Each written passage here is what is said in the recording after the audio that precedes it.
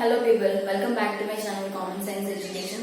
So ఈరోజు MSET third class. So already మనం previous classes లో బాటనీ జువాలజీ వెయిటేజ్ డిస్కస్ చేసుకున్నాం అండ్ బాటనీ జువాలజీ సిలబస్ కూడా తెలుసుకున్నాం. ఏ టాపిక్స్ నుంచి ఎక్కువ క్వశ్చన్స్ అనేది వస్తున్నాయని కూడా తెలుసుకున్నాం. సో ఈరోజు ఈ క్లాస్ నుంచి మనం zoology first year first lesson diversity of living world topic start చేద్దాం. సో ఈ డైవర్సిటీ ఆఫ్ లివింగ్ వరల్డ్ లో ప్రీవియస్ పేపర్స్ నుంచి అబ్జర్వ్ చేసినట్టయితే assertion reason questions and also branches of జువాలజీలో క్వశ్చన్స్ వచ్చాయి, ఎక్కువగా రిపీట్ అయ్యాయి. ఫస్ట్ అన్ని టాపిక్స్ ని కవర్ చేద్దాం. సో ఫస్ట్ ఇంపార్టెంట్ టాపిక్స్ ఏమున్నాయో వాటిని డిస్కస్ చేసుకొని వాటిలో మనం ప్రీవియస్ క్వశ్చన్ పేపర్స్ లో ఉన్న క్వశ్చన్స్ ని ప్రాక్టీస్ చేద్దాం. సో ఫస్ట్ టాపిక్ వచ్చేసి స్పీషీస్ కాన్సెప్ట్. సో ఫస్ట్ మనం తెలుసుకోవాల్సింది ఏంటంటే స్పీషీస్ అంటే ఏంటి, వాట్ ఆర్ స్పీషీస్. సో మనం ఎక్కువగా ఈ స్పీషీస్ అనే వర్డ్ ని క్లాసిఫికేషన్ లో మనం వింటూ ఉంటాం. ఎలా జీనస్ అని స్పీషీస్ అని మనం క్లాసిఫికేషన్ కేటగిరీ రాసినప్పుడు ఎక్కువగా మనం ఈ స్పీషీస్ అనే వర్డ్ ని వింటూ ఉంటాం. So what is species? So generally species is the basic unit of classification. So ఎలా మనం చెప్పొచ్చు స్పీషీస్ అనేది ఒక బేసిక్ యూనిట్ అని? సో ఫర్ ఎగ్జాంపుల్ ఏదైనా మనం ఒక గ్రూప్ ఆఫ్ పాపులేషన్ తీసుకున్నాం అనుకోండి. సో ఆ గ్రూప్ ఆఫ్ పాపులేషన్ లో విచ్ షోస్, సో ఏదైతే ఆర్గానిజం సేమ్ బయలాజికల్ రియాక్షన్స్ కానీ సేమ్ ఫిజియోలాజికల్ రియాక్షన్స్ కానీ సేమ్ మార్ఫలాజికల్ ఫీచర్స్ కానీ చూపిస్తూ ఉంటుందో ఆ కైండ్ ఆఫ్ పాపులేషన్, ఆ కైండ్ ఆఫ్ ఆర్గానిజమ్స్ మనం స్పీషీస్ అని చెప్తూ ఉంటాం. అంటే ఆ పర్టికులర్ ఆ గ్రూప్ ఆఫ్ పాపులేషన్ లో same morphological characters, same physiological activities and not only physiological, physiochemical and అలాంటి రియాక్షన్స్ చూస్తూ ఉంటాము. ఆ గ్రూప్ ఆఫ్ పాపులేషన్ ని మనం స్పీషీస్ అని చెప్తూ ఉంటాము. And species which means kind or appearance. So మనం చెప్పుకున్నట్టుగానే అపియరెన్స్ మార్ఫలాజికల్, సో అలాంటి సేమ్ ఫీచర్స్ ఉన్న ఆర్గానిజమ్స్ ని స్పీషీస్ అని చెప్తాము. సో ఇక్కడ కొంతమంది సైంటిస్టులు వాళ్ళ యొక్క వ్యూస్ ని తెలిపారు. సో ఎలాగంటే స్పీషీస్ ని డిఫైన్ చేశారు. First John Ray. So John Ray in his Historia Generalis Plantarum, so అతని ఈ బుక్ లోని అందులో basis of common descent. So species ని బేసిస్ ఆఫ్ కామన్ డిసెంట్ అంటే సేమ్ ఆరిజిన్ నుంచి ఇవాల్వ్ అయ్యాయని చెప్తూ వచ్చారు. And Linnaeus Systema Naturae. So Linnaeus in his book Systema నాచురనేలోని సో అతను ఏం చెప్పారంటే species is the basic unit of classification. So already మనం చెప్పుకున్నట్టుగానే సో ఎందుకు బేసిక్ యూనిట్ ఆఫ్ క్లాసిఫికేషన్ అని చెప్పాలి? సో మనకి క్లాసిఫికేషన్ లో చాలా ట్యాగ్స్ ఉంటాయి. ఎలా ఫైలం అని, కింగ్డమ్ అని, క్లాస్ అని, ఆర్డర్ అని, ఫ్యామిలీ అని, స్పీషీస్ అని, జీనస్ అని, సో ఇలా చాలా ట్యాగ్స్ ఉన్నాయి. సో దాంట్లో మనం ఫర్ ఎగ్జాంపుల్ ఏదైనా ఫైలా తీసుకున్నాం అనుకోండి. సో ఆ ఫైలాలో మనం చెప్పలేం. సో ఎందుకంటే ఫైలాలో డిఫరెంట్ ఆర్గానిజమ్స్ ఉంటాయి. ఎలాగా మార్ఫలాజికల్ డిఫరెన్స్ కానీ, బయోలాజికల్ డిఫరెన్స్ కానీ, ఫిజియోలాజికల్ డిఫరెన్స్ కానీ చాలా డిఫరెన్స్ ఉంటాయి. వీ కెనాట్ ఎస్టిమేట్ అంటే మనం ఇది ఒక పర్టికులర్ ఆర్గానిజం అని చెప్పలేము. అండ్ అలాగే ఫ్యామిలీలో చూసుకున్న ఫ్యామిలీలో కూడా డిఫరెంట్ జీనస్ ఉంటాయి, స్పీషీస్ ఉంటాయి. సో బట్ మనం ఒక స్పీషీస్ తీసుకున్నప్పుడు మాత్రమే easily we can define this is a particular organism which shows particular characters. So అలా మనం చెప్పగలం. సో అందుకే లినేయస్ ఇన్ హిస్ బుక్ సిస్టమా నాచురనే అతను చెప్పారు ఏంటంటే basic unit of classification. So next Charles Darwin origin of species అనే బుక్ లో కూడా అతను స్పీషీస్ బయోలాజికల్ కాన్సెప్ట్ కోసం అతను ఎక్స్ప్లెయిన్ చేశారు. And Buffon. సో బఫోన్ అతను స్పీషీస్ ని ఎలా డిఫైన్ చేశారంటే species is an interbreeding group of similar individuals sharing a common gene pool. So ఇక్కడ మనం ఇంటర్బ్రీడింగ్ అంటే ఇంటర్బ్రీడింగ్ అయిన ఆర్గానిజమ్స్ అన్ని ప్రొడ్యూస్ ఫర్టైల్ ఆర్గానిజమ్స్ ని ప్రొడ్యూస్ చేస్తాయని and which shows a common gene pool. And ఇక్కడ కొన్ని క్యారెక్టర్స్ ఆఫ్ స్పీషీస్ అనేవి ఉన్నాయి. Species are breeding unit, species are ecological unit and species are genetic unit and species are evolutionary unit. So ఎలా మనం చెప్పొచ్చు species అనేది breeding unit అని, species ecological and species genetic and species evolutionary unit. So here so ఇక్కడ species are breeding unit అంటే which are reproductively isolated, which are reproductively isolated. So reproductively isolated అయిన organisms అంటే అది వేరే organisms తోని ఇంటర్బ్రీడ్ అవ్వవు, వేరే ఆర్గానిజమ్స్ తోని రిప్రొడ్యూస్ చేయవు. సో వాటిని మనం స్పీషీస్ అంటాం, which shows a breeding unit.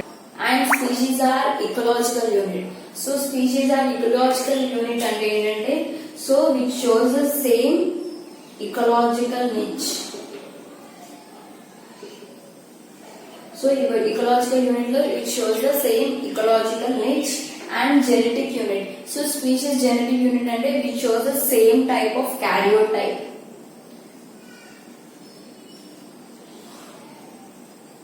It is same karyotype and the same number of genes and same number of alleles and so ala unde. And last same evolutionary unit. So species are evolutionary unit means which shows the same structural and functional characters. So ivi species characters. Species are breeding unit, ecological unit and genetic unit, and species are evolutionary unit. So మనం గుర్తుపెట్టుకోవాల్సినవి ఈ 4 characters గుర్తుపెట్టుకోవాలి. And scientist names and scientist book ఏదైతే వాళ్ళు రాసారో ఆ book కూడా మనం గుర్తుపెట్టుకోవాలి. And next there are another scientist Dobzhansky and he introduced Mendelian population to define the species concept.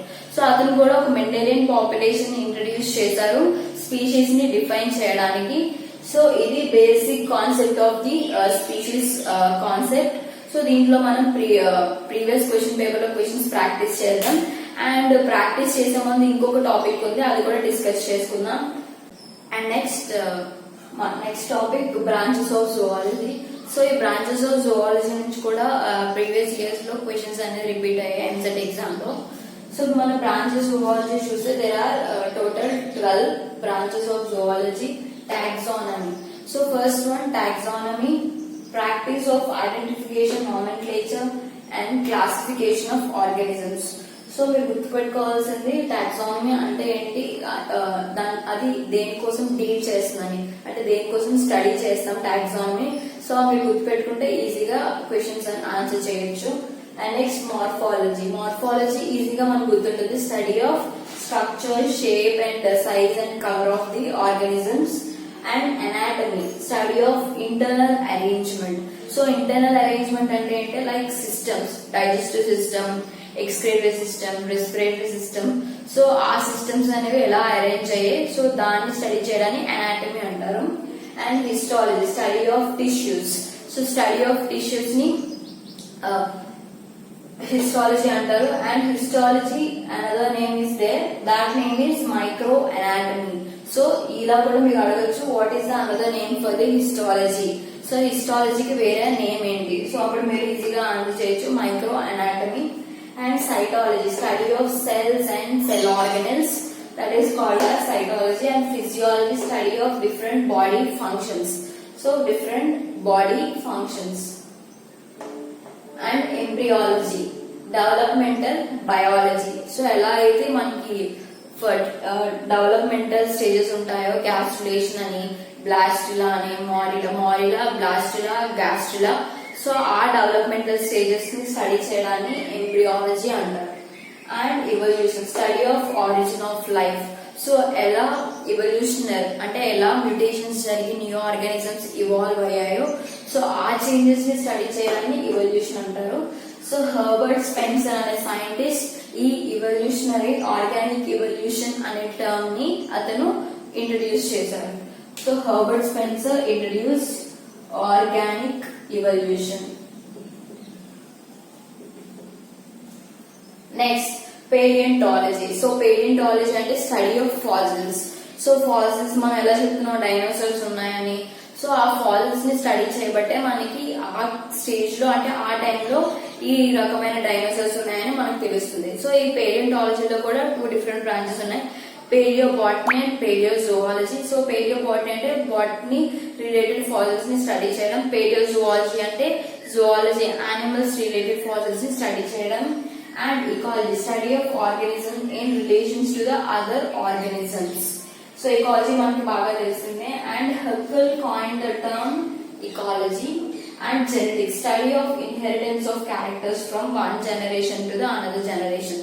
So ఎలా అయితే జీన్స్ లేకపోతే ఇన్హెరిటెడ్ క్యారెక్టర్స్ అనేవి పేరెంట్స్ నుంచి ఆఫ్ స్ప్రింగ్స్ కి ఎలా ట్రాన్స్ఫర్ అవుతున్నాయి, సో దాన్ని స్టడీ చేయడాన్ని జెనెటిక్స్ అంటారు.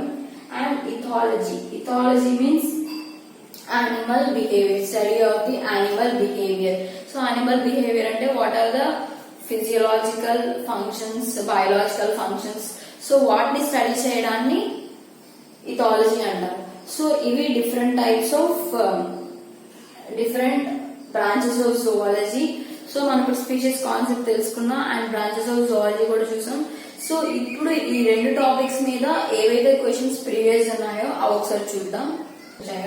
సో మోస్ట్లీ మనకి స్పీషీస్ కాన్సెప్ట్ నుంచి assertion and reason type questions వచ్చాయి. So assertion species is an evolutionary unit. Reason individuals of species have similar structure and functional characters. So ఇక్కడ ఏం చెప్తున్నారు, స్పీషీస్ అనేది ఒక ఎవల్యూషనరీ యూనిట్. అండ్ రీజన్ ఏం చెప్పారు, individuals of species have similar structure and functional characters. So ఇక్కడ మనకి reason correct అయ్యి, ఎందుకంటే స్పీషీస్ అనేది ఒక ఎవల్యూషనరీ క్యారెక్టర్.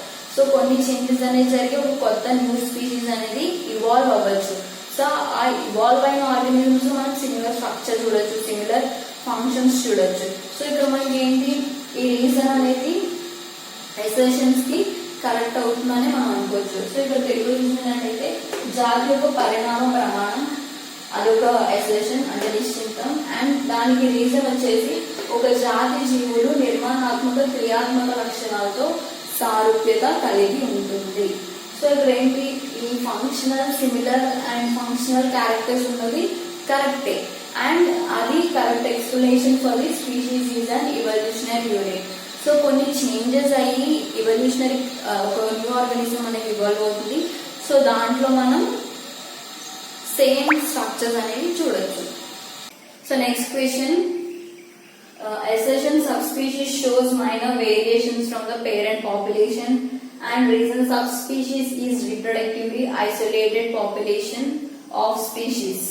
సో తెలుగులో ఉపజాతి జీవులు జనగల జనాభాతో పోలిస్తే స్వల్ప వైవిధ్యాలు సంతరించుకుంటాయి అండ్ జాతి ప్రత్యుత్పత్తి విభక్తులు చెంది ఉంటాయి. సో నార్మల్ గా మనం genus, species and sub species. So sub species ఏంటంటే ఆ స్పీషీస్ నుండి ఆ జియోగ్రఫికల్ ఏరియా నుండి ఐసోలేట్ అయినా అండ్ లేకపోతే ఏదైనా చిన్న చిన్న వేరియేషన్స్ ఉన్న ఆర్గానిజమ్స్ ని సబ్ స్పీషీస్ అంటాం. అంటే స్పీషీస్ నుంచి స్లైట్ వేరియేషన్స్ చూపిస్తాయి, వాటిని మనం సబ్ స్పీషీస్ అని అంటాం.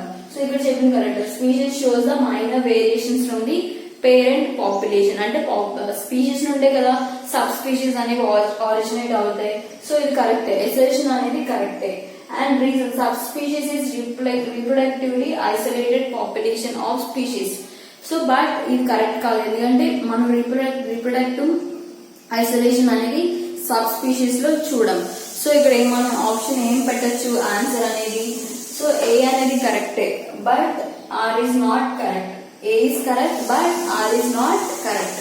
సో కరెక్ట్ ఆన్సర్ వచ్చేసి ఆప్షన్ 3. సో నెక్స్ట్ క్వశ్చన్, ఇది స్పీషీస్ కాన్సెప్ట్ నుండి 2 క్వశ్చన్స్. సో నెక్స్ట్ ఇంకా మనం మిగిలిన 2 క్వశ్చన్స్ బ్రాంచెస్ ఆఫ్ జువాలజీ నుంచి చూద్దాం. అండ్ నెక్స్ట్ హిస్టాలజీలో క్వశ్చన్స్ చూసినట్లయితే the study of external features is called, బాహ్య లక్షణాలను అధ్యయనం చేయు శాస్త్రం. సో ఇందాక మనం బ్రాంచెస్ ఆఫ్ జువాలజీలో చూసాం. So morphology, shape, colour, structure, so వాటిని ఎక్స్టర్నల్ ఫీచర్స్ అంటారు. So study of external features is called as, ఏది correct answer, morphology, anatomy, taxonomy and astronomy. So ఇక్కడ స్వరూప శాస్త్రం. So first answer correct answer is option 1 morphology. So ఎందుకంటే anatomy అంటే internal arrangement, taxonomy అంటే classification, identification and nomenclature of the organism, and astronomy ఖగోళ శాస్త్రం. Okay, so the correct answer is morphology.